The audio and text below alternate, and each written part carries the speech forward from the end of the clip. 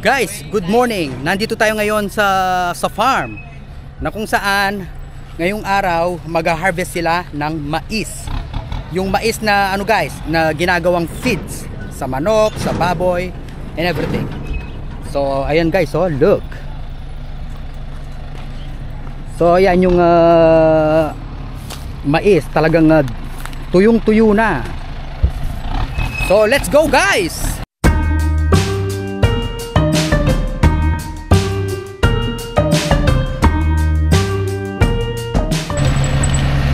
So makina na talaga yung gamit nilang pang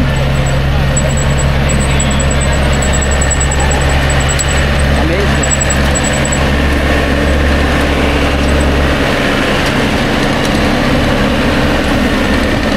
Makina na talaga no guys.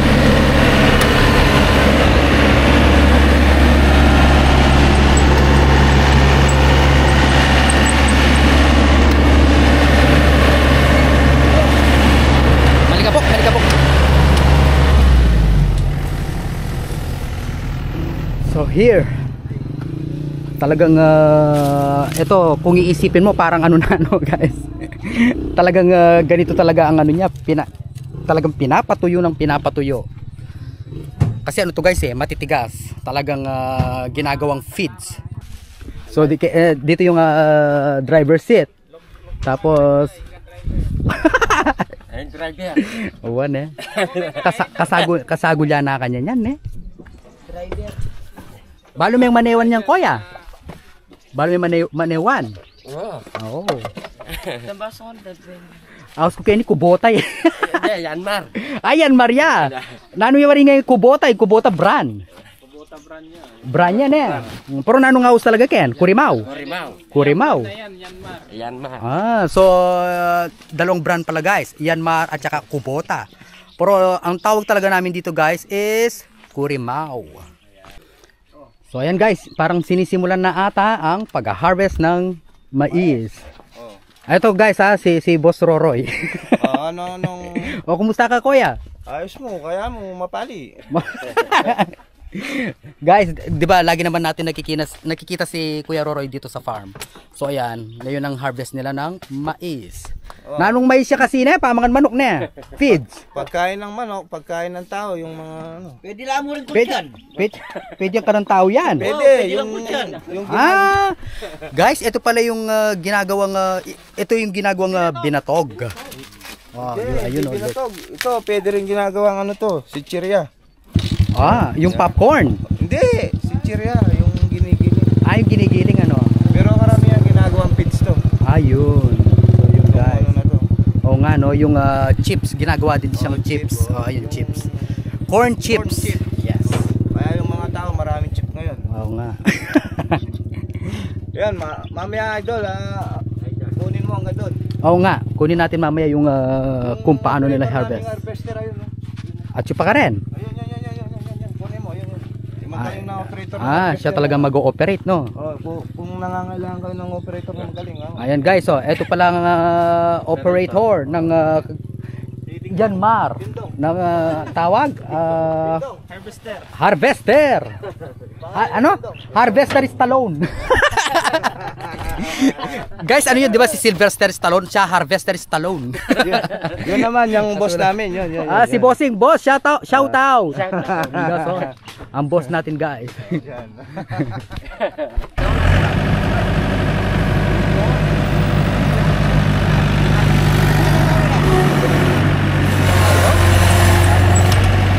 Guys, sisimulan na ang pag-harvest. Yes, shout out. Atras.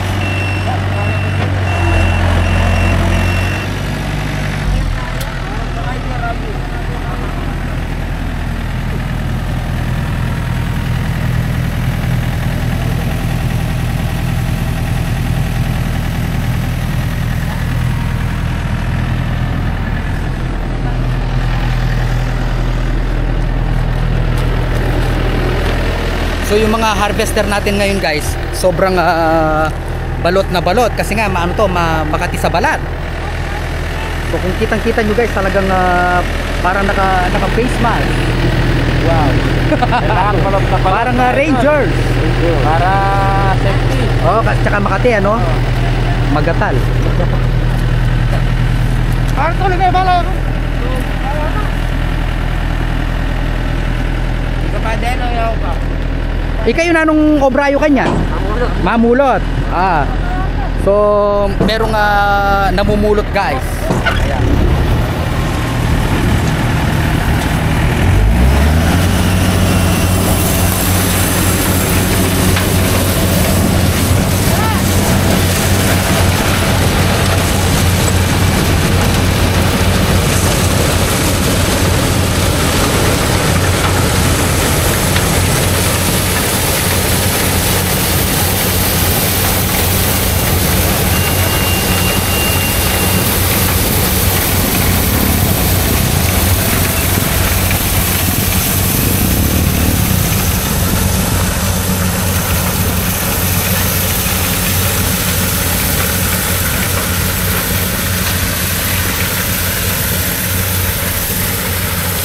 Malikabok guys, malikabok. Ang problema nito niya guys, makatito sa balat. So hindi na natin masyadong lalapitin yung talagang mangangati tayo ng balat.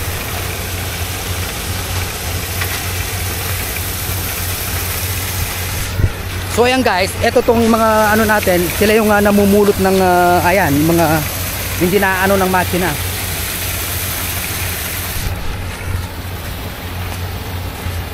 Unfortunately guys, hindi tayo nakapagsuot ng sleeves. So mangangati tayo. So hanggang dito na lang yung natin, yung hindi na natin pwedeng sundin guys. Otherwise, masakit sa balat. Kasi ito talaga yung dinaanan ng makina, no? Ang galing.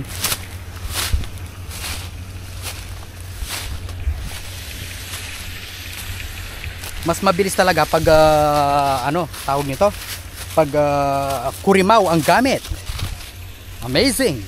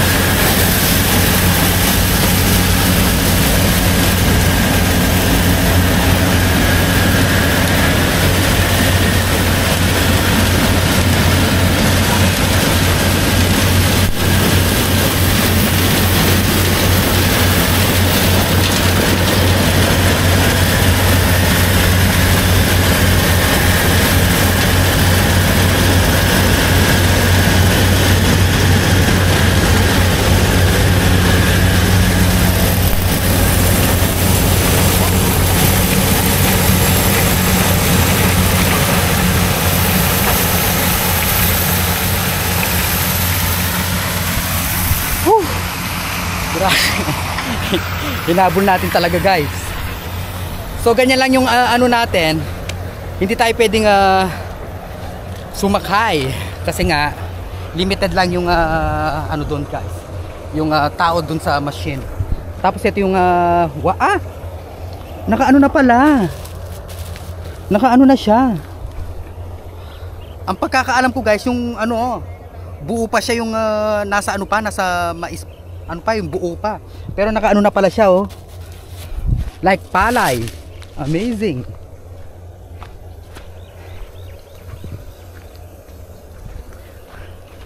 So ito talagang trabaho sa farm guys. Hindi talaga biro. Ayan ang mga namumulot. Ang galing guys. So yung mga namumulot,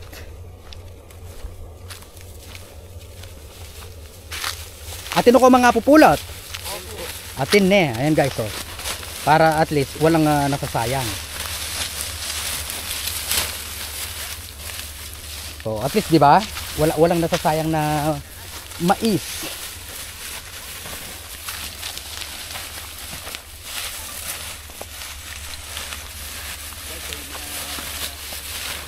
So nandito lang tayo sa spot na to guys. Nag-aantay ng umiikot-ikot lang yung kurimaw or yung makinang nag-harvester. So ayan oh. So ito guys, pangalawang ikot na nito.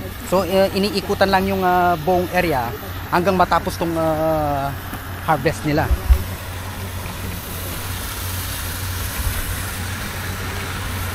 Ang galing, ang galing.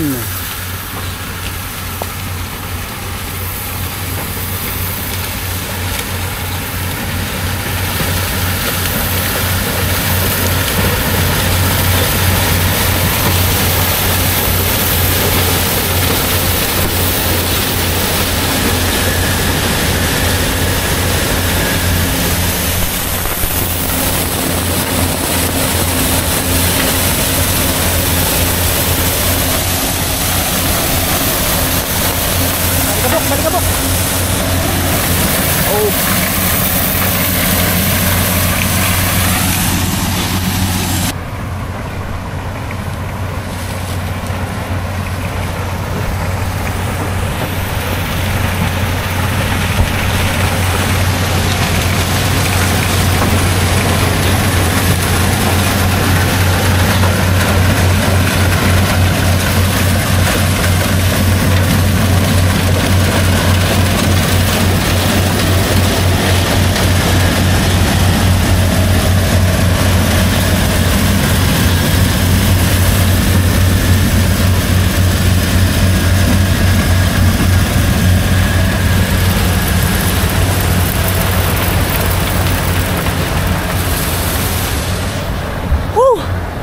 Guys, mainit na yung yung sikat ng araw.